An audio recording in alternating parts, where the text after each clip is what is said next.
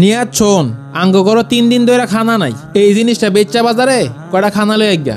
ভাই ইডা আঙ্গ দাদার শেষ স্মৃতি, ইডা আপনি বেঁচে লইতে কইতাছেন? কি আর করমু ক, 3 দিন ধরে কিছু খাই না, খিদার যন্ত্রণা কি আর সহ্য হয়? তুই যা এটা বেচা একগা। ইডাও ঠিক কইছেন। আচ্ছা ঠিক আছে, আমি তাহলে যাই বাজারে। ফেয়ালাটা 300 টাকা বেচলাম, যাই এখন বাজারের থেকে খানা কিনা লই গা। ভাই আমারে কিছু টিহা দিবেন, আমি 60 দিন ধরে কেন খাই না, আমার পেটে অনেক খিদা। আমরা তো 3 দিন ধরে খাই না, কিন্তু এই ছোট্ট ছেলেটা 4 দিন ধরে খায় না, সে আমার চেয়ে বেশি ক্ষুধার্ত, তারই টিয়াটা দিয়ে যাই। আচ্ছা এ নাও টাকা। আল্লাহ আপনার ভালো করুক। এ ভাই দাঁড়ান, আপনার কি সাইকেল লাগবো? ভাই সাইকেলটা কিনবেন, কিনলাম না? না ভাই, আমি সাইকেল কিনতাম না, আমার তো টেয়াই নাই, সাইকেল কেমনে কিনবো? আরে ভাই টিয়া লাগতো না, আপনার কি আমি টিয়ার কথা কইছি? আরে ভাই কি কইতাছেন, টেয়া ছাড়া সাইকেল দিয়ে লেবেন আমারে?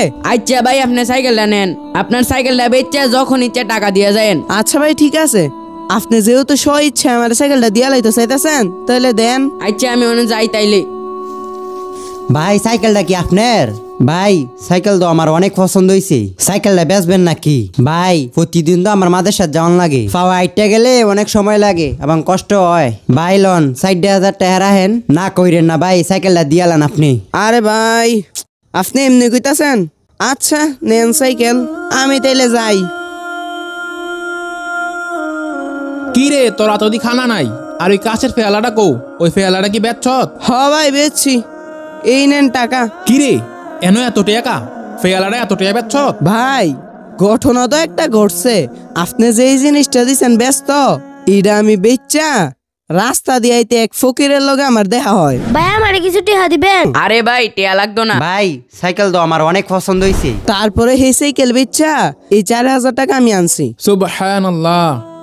আসলে একটা জিনিস খেয়াল করছত, তুই যার কাছ থেকে সাইকেল কিনছস তারেও চিনস না, যার কাছে বেচছ তারেও চিনস না, অথচ তাগো মাধ্যমে তুই কতলা টিয়া পাইয়া গেলি। একটা জিনিস কি জানস, কেউ যখন নেক নিয়তে আল্লাহর রাস্তায় দান করে, আল্লাহ তাআলা দুনিয়াতেই তাকে কয়েক গুণ বাড়ায়া দেয়।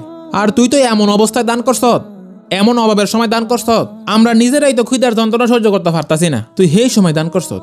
এই জন্য আল্লাহ খুশি হইয়া তোরে অনেক গুণ বাড়াই দিছে। তাই আমাদের উচিত যত বড় অভাবই থাকুক আল্লাহর রাস্তায় দান করা।